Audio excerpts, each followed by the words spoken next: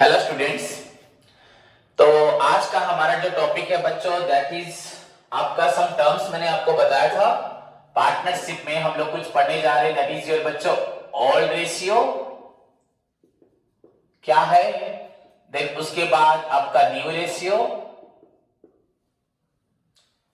Then बच्चों sacrificing ratio and at last gaining ratio.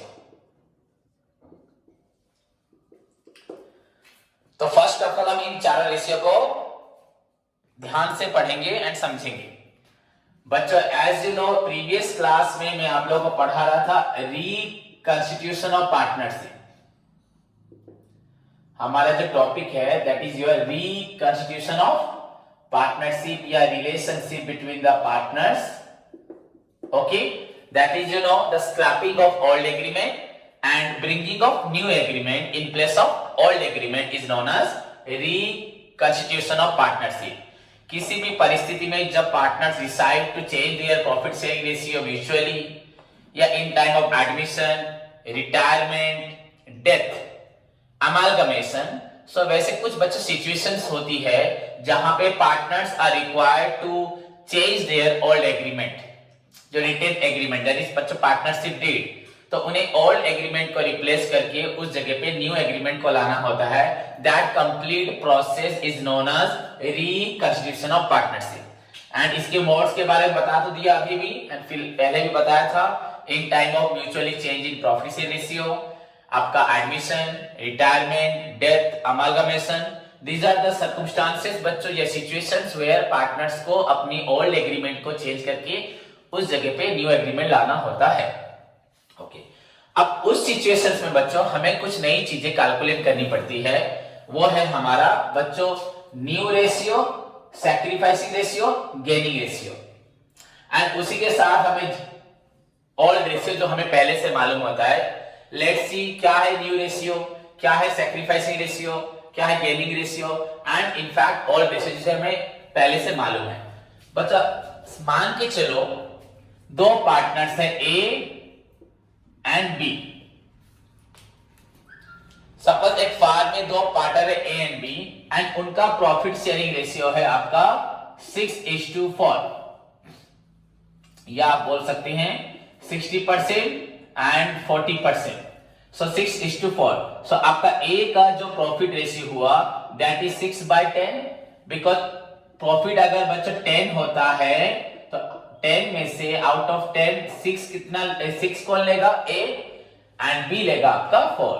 So B का आपका percentage of profit या ratio of profit आपका 40% या 4/10। क्लियर? अगर आप 40% लिखते भी तो 40/100 you also get the same thing 4/10। So बच्चों this is the ratio between a and b. इसको हम क्या बोल सकते हैं? Old ratio. क्लियर? तो ओल्ड रेशियो था 6:4 या 60%, 40% that is 6/10, 4/10। Now suppose partners ने डिसाइड किया कि कल से हम लोग प्रॉफिट लेंगे equally. So new ratio will be बच्चे इक्वली मतलब दोनों 50% लेंगे। 60 से 40 था 50-50 हो गया। सो 50-50 मींस बच्चा 50/100 और 50/100। So that is your बच्चों आपका ये आपका वो 1/2, this is also 1/2 और you can say 5:5 सेम है। 6:4 तो 5:5 तो 5/10, 5/10। ओके, सो पार्टनर्स ने डिसाइड किया कल से हम लोग प्रॉफिट लेंगे इक्वली मतलब 1:1। न्यू रेशियो हुआ आपका 1:1 या 50:50 सेम थिंग है। तो दैट मींस बच्चों 1/2 न्यू रेशियो एंड बी का भी बच्चों 1/2 new ratio. Let's see how new ratio या उन्होंने इक्वली जो न्यू रेशियो उन्होंने डिसाइड किया, हाउ दैट न्यू रेशियो बच्चों will impact on A share and B share. A के शेयर एंड बी के शेयर पे ये न्यू रेशियो किस तरह से इंपैक्ट डालता है उसको ध्यान से देखो। सो बच्चा previously it was 6/10, now it is 1/2। let's see the बच्चों result 6 by 10 minus 1 by 2 and here बच्चों 4 by 10 minus 1 by 2. You see the LCM. ध्यान से देखिए सभी, हमारा LCM है 10. So बच्चों this is your 6 minus 5 and this is also बच्चों आपका 10 LCM हुआ. 10 by 10 आपका 10 से 10 डिवाइड करने से 1 into 4 and 10 by 2 5 into 1 5. So the result बच्चों हमारा यहाँ पे निकल रहा है, आंसर हमारा हो रहा है 1 by 5 and यहाँ पे हो रहा है -1 by 5.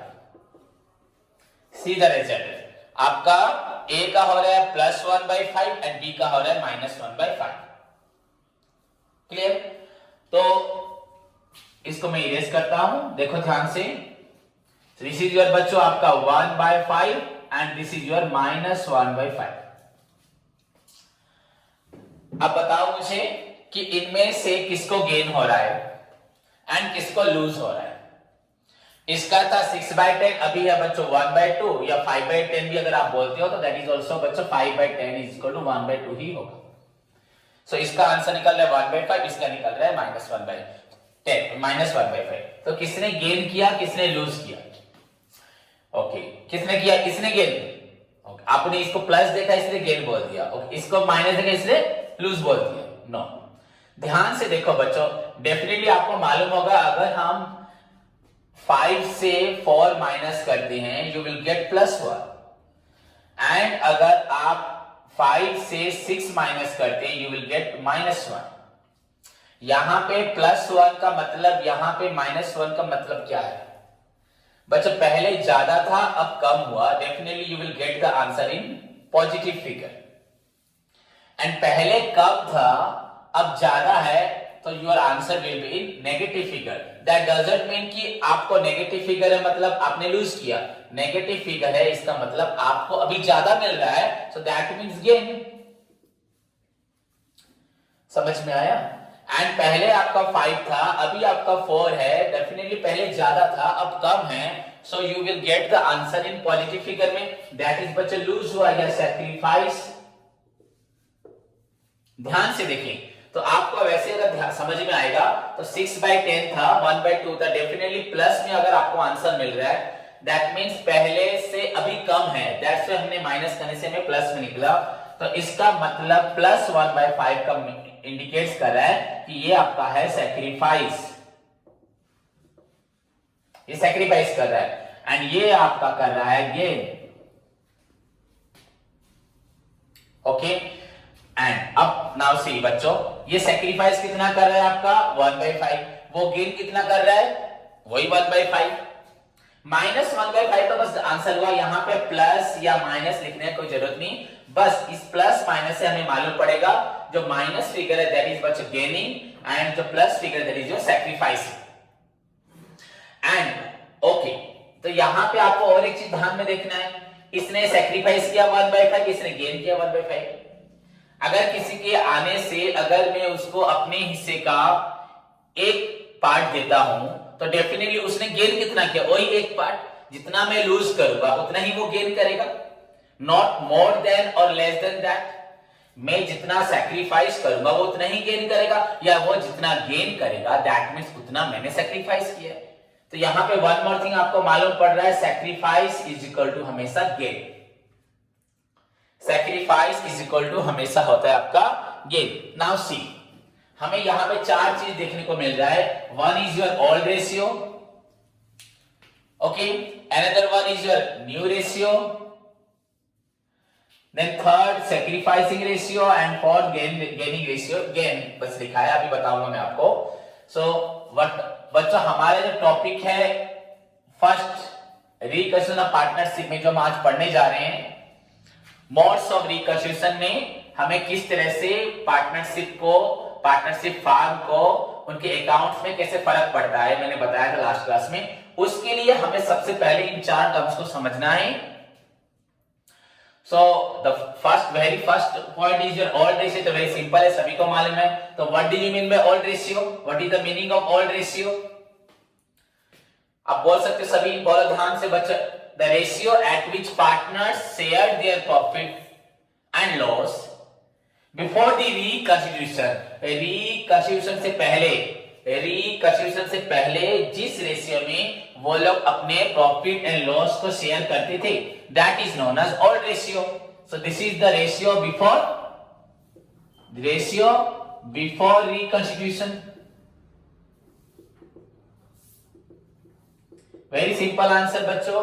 द पार्टनर्स जिस रेशियो में अपना प्रॉफिट लॉस शेयर करते थे, रिकंस्टिट्यूशन, किसी की एडमिशन, रिटायरमेंट, डेथ, अमालगमेशन या हमारे अंदर कोई भी चेंज होने से पहले हम जिस रेशियो में हमारी ओल्ड पार्टनरशिप डीड में जो रेशियो लिखा हुआ था, that is known as old ratio.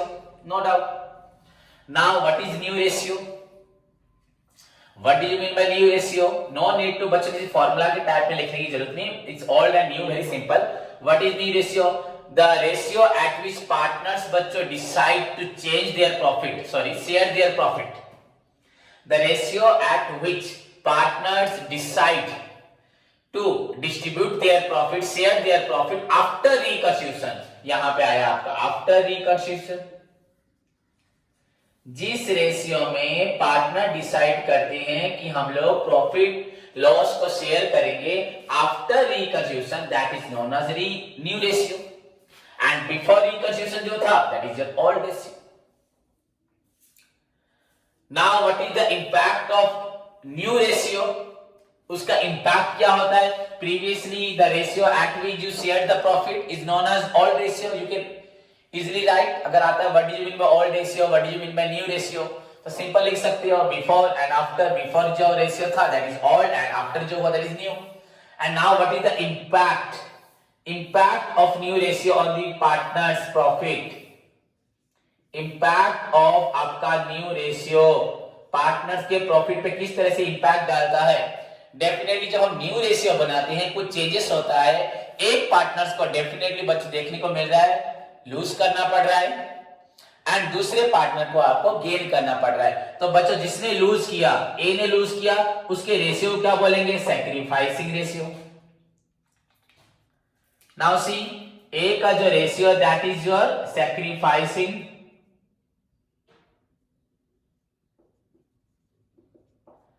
Sacrificing ratio आपके ए के रेशियो को हम लोग बोलेंगे सैक्रिफाइसिंग रेशियो. एंड जो बी का रेशियो है that is your gaining ratio. Clear? Now the another term create हो यहां पे. What do you mean by sacrificing ratio? Simply you can write बच्चों, लिख सकते हो आप लोग सभी, sacrificing ratio is the difference between old ratio and new ratio. The difference between, आप अगर लिखते हैं what do you mean by sacrificing ratio, क्या है? The difference between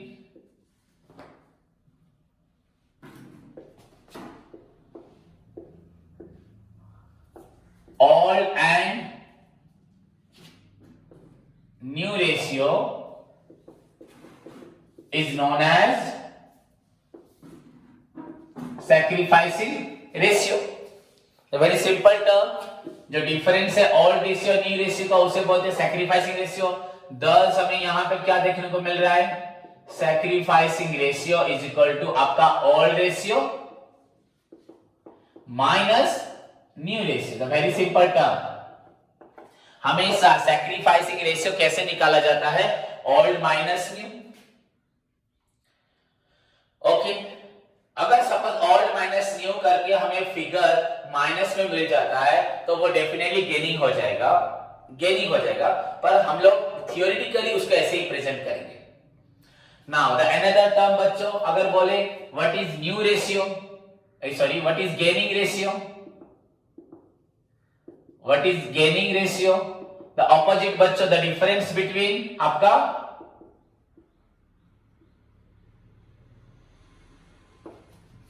the difference between, exam में अगर आपका आता है डिफरेंस बिटवीन आपका sacrificing and gaining ratio, you can easily right the difference between new ratio and old ratio. You can also right new and old या new ratio and old ratio. मैंने ऊपर old लिखा था, same thing है, new and old ratio is known as आपका gaining ratio. So what is gaining ratio, how to calculate gaining ratio आपका, the formula will be new ratio and बच्चों minus करेंगे उससे हम लोग old ratio. This is the simple meaning of आपका sacrificing ratio and gaining ratio. लेकिन अगर हम थोड़ा डीप में जाते हैं, थोड़ा उसको एक्सप्लेन करके लिखते हैं, आप फॉर्मूला तो समझ जाओगे एंड आप उसको लर्न कर लोगे, ओल्ड माइनस न्यू कुछ बच्चे, बट अगर समझ जाएंगे तो हमें लर्न करने की जरूरत नहीं होगा बच्चों. तो क्या हो सकता है, usually in time of reconstitution, जब हम रिकंस्टिट्यूशन करते हैं, चाहे हमारे अंदर पर्सनली म्यूचुअली चेंज हो जाए, प्रॉफिट शेयर रेशियो, या कोई एडमिट करे, या कोई रिटायर्ड हो, या डेथ हो, या दो फार्म ज्वाइन करे, तब ये रेशियोस होता है. ओके, तो उस समय क्या होता है, so in time of reconstitution one partner बच्चा लूज, एक पार्टनर को लूज करना पड़ता है, सैक्रिफाइस करना पड़ता है, एंड अनदर पार्टनर बच्चा गेन्स. एक पार्टनर बच्चा, वन पार्टनर आपका सैक्रिफाइस करता है एंड उसी प्लेस पे, उसी टाइम पे, एट द सेम टाइम बच्चों अनदर पार्टनर जो आपका होता है वो गेन करता है. One partner sacrifices, another partner gains. Okay, so in time of reconstitution one partner आपका सैक्रिफाइस करता है, दूसरा पार्टनर गेन करता है. Now the partner who sacrifices and the ratio at which he sacrifices, जो पार्टनर बच्चों आपका सैक्रिफाइस कर रहा है एंड अगेन जिस रेशियो में वो सैक्रिफाइस कर रहा है, that ratio is known as आपका सैक्रिफाइसिंग रेशियो. खत्म. दिस द मीनिंग दैट आपका पूरा रिप्रेजेंट करेगा थ्योरी को, क्या क्या actually the what exactly the meaning of sacrificing ratio in time of reconstitution. One partner बच्चे lose and the partner gains. आप बोलोगे सर ऐसा नहीं हो सकता कि दोनों ही गेन करें, ऐसा कैसे हो सकता है, हो ही नहीं सकता. एट एनी सिचुएशन में किसी ना किसी को लूज करना पड़ेगा, किसी ना किसी को गेन करना ही पड़ेगा. नहीं तो क्या हुआ, अगर दोनों ही गेन करते तो प्रॉफिट क्या ज्यादा था कि हमारे पास प्रॉफिट ज्यादा भी होगा तो उसको तो हम लोग उसी वे में, प्रॉफिट ज्यादा हो सकता है बट रेशियो ऑफ डिस्ट्रीब्यूशन ज्यादा कम नहीं हो सकता. प्रॉफिट ज्यादा हो सकता है बट रेशियो कम ज्यादा नहीं हो सकता. रेशियो तो वैसे ही होगा, जब हम लोग कुछ चेंजेस करेंगे डेफिनेटली चेंज इंडिकेट्स एक को गेन एक को लूज होगा ही होगा. So in time of reconstitution one partner बच्चों आपका लूज, एंड अगर चेंज नहीं हो रहा तो गेन सैक्रिफाइस नहीं होगा. अगर आपका गेन सैक्रिफाइस नहीं दिखाई दे रहा, दैट मींस चेंज भी नहीं हो रहा. अब सपोज एक पार्टनर एडमिट करता है, ज्वाइन करता है, तो डेफिनेटली हम लोग पुराने पार्टनर उसको अपना हिस्सा देंगे. अगर कोई पार्टनर बच्चा फार्म छोड़ के जा रहा है तो उसके जाने से हमें गेन होगा, उसके बाद जो प्रॉफिट बचेगा हम लोग लेंगे. पहले 3-4 जने लेते थे, अब 4 जन में से एक रिटायर्ड हो गया, एक डेथ हो गया, तो अगर फार्म को हम कंटिन्यू करते हैं तो 4 की जगह प्रॉफिट को 3 जने लेंगे, 3 जने शेयर करेंगे. सो डेफिनेटली प्रॉफिट बढ़ेगा, वहां पे गेन होगा क्योंकि वो अपना प्रॉफिट सैक्रिफाइस करके चला गया, जो उसको लेना था ले लिया. So बच्चा in time of reconstitution one partner बच्चा sacrifices and the partner gain. The partner who sacrifices, the ratio at which he sacrifices is known as sacrificing ratio. Okay, similarly वैसे ही बच्चों the partner who gain the ratio at which he gains, बच्चों that is known as your gaining ratio. And the most important thing is that always the relationship between sacrificing ratio is equal to बच्चों gaining ratio. You can write in the last line में इन दोनों के अंदर relationship है sacrificing is equal to gaining. That means मैं जितना sacrifice करता हूं आप उतना ही exactly gain करते हैं. That is the relationship between sacrificing and gaining. Okay, ठीक है बच्चों, समझ में आया सभी को? So these are the बच्चों 4 important terms. Old ratio, the ratio at which the partners share their profit before the reconstitution. New ratio after reconstitution. Sacrificing the difference between old and new. या अगर कुछ भी change होता है तो जिस परिमाण से मेरा लूज होता है उसके रेशियो को बोलते हैं सैक्रिफाइसिंग, एंड उसको जितना गेन होता है उसको बोलते हैं gaining. And the relationship is known as sacrificing is equal to gaining. Okay बच्चों, इसके अलावा मोस्ट ऑफ द टाइम आपका ऑब्जेक्टिव एमसीक्यूज में क्वेश्चंस आते हैं बच्चों, या कभी कभी आपको फिल अप द ब्लैंक से कोई पूछ लेता है यूजुअली सैक्रिफाइसिंग रेशियो कब कैलकुलेट होता है एंड गेनिंग रेशियो कब कैलकुलेट होता है? बच्चों सैक्रिफाइसिंग रेशियो की जरूरत कब है? यूजुअली जब कोई भी पार्टनर ज्वाइन करता है तो दूसरे पार्टनर्स को, जो एग्जिस्टिंग पार्टनर्स थे, जो ओल्ड पार्टनर्स थे, उनको कुछ ना कुछ सैक्रिफाइस करना पड़ता है। तो sacrificing ratio is calculated in time of admission of a new partner. कोई भी न्यू पार्टनर अगर ज्वाइन करता है तो ओल्ड पार्टनर को सैक्रिफाइस करना पड़ता है। दैट्स व्हाई बच्चों सैक्रिफाइस रेशियो निकाला जाता है। तो sacrificing ratio is calculated in time of admission. And now what is gaining ratio? It is calculated बच्चों usually in time of retirement. आपका वैसे भी एडमिशन का ऑपोजिट है रिटायरमेंट। तो अगर डिफरेंस आता है तो यू कैन राइट आल्सो बच्चा another one point. Sacrificing ratio का मीनिंग लिखा आपने, गेनिंग रेशियो का मीनिंग लिखा, सैक्रिफाइसिंग का फॉर्मूला लिख दिया, उसी मीनिंग को एक बार मैथमेटिकली रिप्रेजेंट कर दिया सिंबॉलिकली, एंड गेनिंग का फॉर्मूला लिखा। Then third point, sacrificing ratio is calculated in time of admission of a new partner, and बच्चों gaining ratio is calculated in time of retirement of an existing partner. ये आपका calculate होता है in time of existing partners, retirement of an existing partner.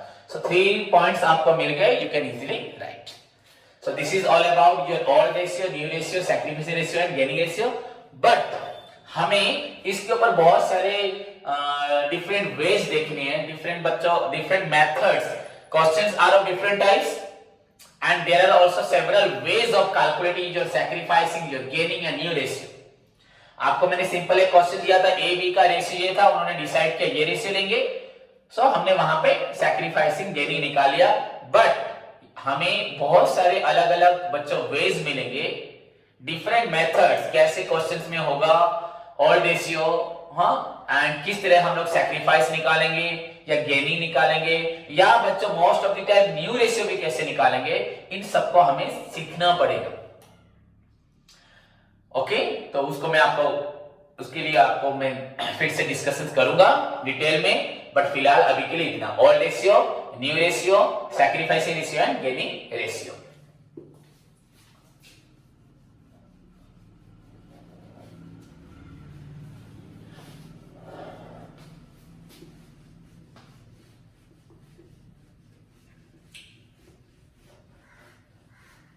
बच्चों यहां पे different ways है, आपका लगभग 8 डिफरेंट सेवरल वेज है जहां पे हम लोग को सीखना पड़ता है किस तरह से क्वेश्चंस में क्या होता है, how to calculate new ratio, gaining ratio, sacrifice ratio. ये आपके बुक का 3rd पार्ट है, हम अभी 2nd पार्ट पढ़ रहे हैं। So I will discuss in detail of calculating your gaining and sacrifice ratio in the next chapter. Okay, तो अभी हमें देखना है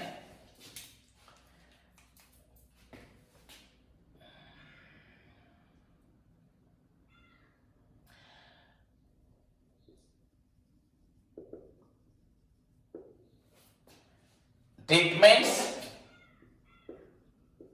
विथ एंट्रीज पढ़ना है। ट्रीटमेंट विथ एंट्रीज, क्या एंट्री पढ़ना है, किसके बारे में हमें पढ़ना है बच्चों? How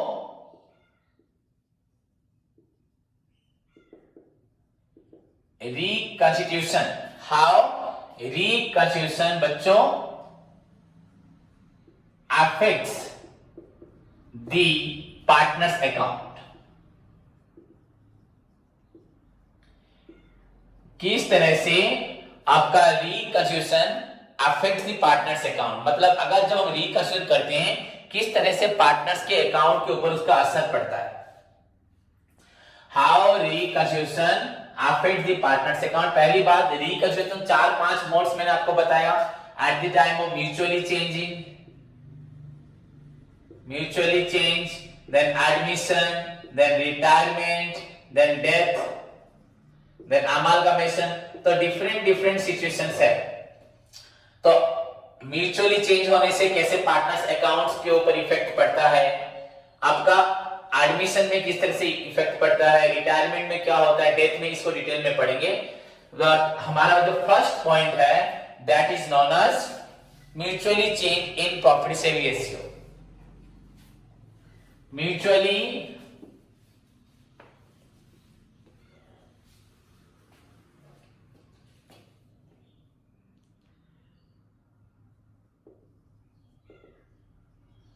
treatments in case of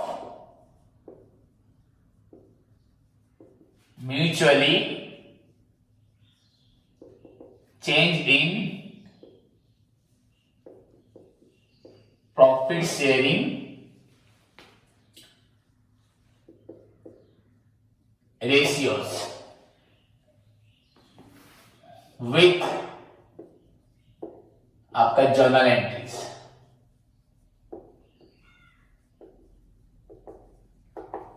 So treatments in case of mutually changing profit share ratio with journal entries। तो लेट्स सी बच्चों किस तरह से जब mutually change in profit share ratio होता है क्या क्या ट्रीटमेंट्स आती है एंड हाउ इट्स इफेक्ट, बच्चों किस तरह से इसका इफेक्ट हमारे अकाउंट्स पे पड़ता है। ओके अब यहां पे हमें सीखने को मिलेगा बच्चों, फर्स्ट थिंग हम जो ट्रीटमेंट्स पढ़ेंगे उसके लिए फर्स्ट थिंग है बच्चों undistributed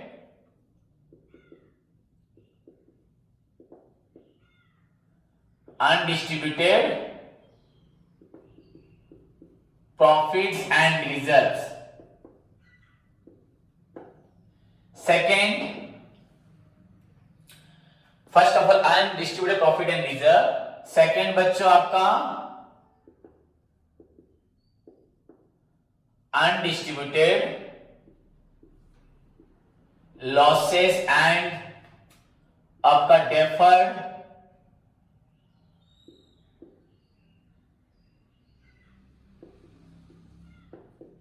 revenue expenditure। third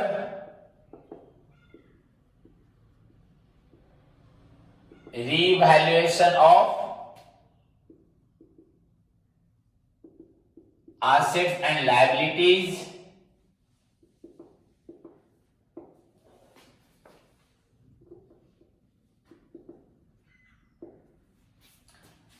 then बच्चों उसके बाद गुडविल और भी बहुत कुछ है। आपके जितने भी फंड्स हैं, वर्कमैन कंपेंसेशन फंड हो, कोई भी एनी अदर फंड्स हो, आपकी लाइफ पॉलिसीज हो, इंश्योरेंस वगैरह जो भी होंगे उसके लिए भी ट्रीटमेंट्स है। बट बेसिकली हम लोग इन चार को पहले पढ़ेंगे, देन उसके बाद एडमिशंस में डिटेल में पढ़ेंगे। कोई भी आपने प्रोविजंस रखा है, कोई भी आपने एलआईसीज है, कोई भी आपका जॉइंट लाइफ पॉलिसी जिसे बोलते हैं, वर्कर्स के लिए फंड रखा है, तो उन सब के लिए भी पढ़ेंगे। बट फिलहाल हमें इन चारों पे फोकस करना है। Treatments in case of mutually change in profit share ratios with journal entries. उसमें फर्स्ट आ रहा है आपका undistributed profits and reserve, second आपका undistributed losses and deferred revenue expenditure, third is your revaluation of assets and liabilities and the last one is your goodwill.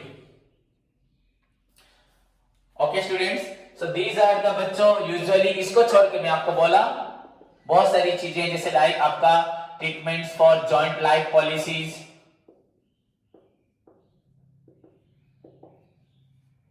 You can also say बच्चों आपका workman, उनको भी यहां पे हम लोग सीख सकते हैं। वर्कमैन कंपेंसेशन फंड, कोई भी फंड, अगर कोई एनी अदर फंड्स हमारे पास होगा, एनी अदर फंड्स होगा तो उनके लिए भी बच्चों ट्रीटमेंट होगा। पर अगर बेसिकली इन चारों को हम लोग सीख जाएंगे, you can also pass the entries for this three, जो आपका जॉइंट लाइफ पॉलिसीज हो, वर्कमैन कंपेंसेशन फंड्स हो या एनी अदर फंड्स हो। सो बच्चों द नेक्स्ट हमारा जो क्लास होगा वहां पे हम डिटेल में पढ़ेंगे हाउ जब mutually change in profit share ratio होता है किस तरह से उसका इंपैक्ट पड़ता है हमारे प्रॉफिट रिजर्व के ऊपर, loss and deferred revenue expenditure के ऊपर, एसेट्स लायबिलिटीज के ऊपर, गुडविल के ऊपर, एंड अगर हमारे पास कोई जेएलएफ है, जॉइंट लाइफ पॉलिसीज, कोई हमारे पास वर्कर्स के लिए कोई फंड है या कोई अदर बच्चे रिजर्व्स है, कोई प्रोविजंस है, कोई अदर फंड्स है, तो हमें जो रिकंसिडरेशंस करना है, कल से हमारा प्रॉफिट से रेशियो चेंज होने वाला है, उससे पहले हमें हमारे अकाउंट्स में क्या क्या चेंजेस करने हैं दैट इज द आपका topic of the next class. ठीक है, तो आज जितना पढ़ाया सभी उसको अच्छे से प्रैक्टिस करें। प्रीवियस क्लास में मैंने जो आपको अबाउट द मोड्स, उससे पहले interest on drawings, capital account कैसे बनाया जाता है, फिक्स्ड एंड फ्लक्चुएटिंग, फिक्स्ड में partners capital account, then partners current account and आपका different ways of calculating interest on drawings. Next class में इन सबको पढ़ के आए। ठीक है, धन्यवाद।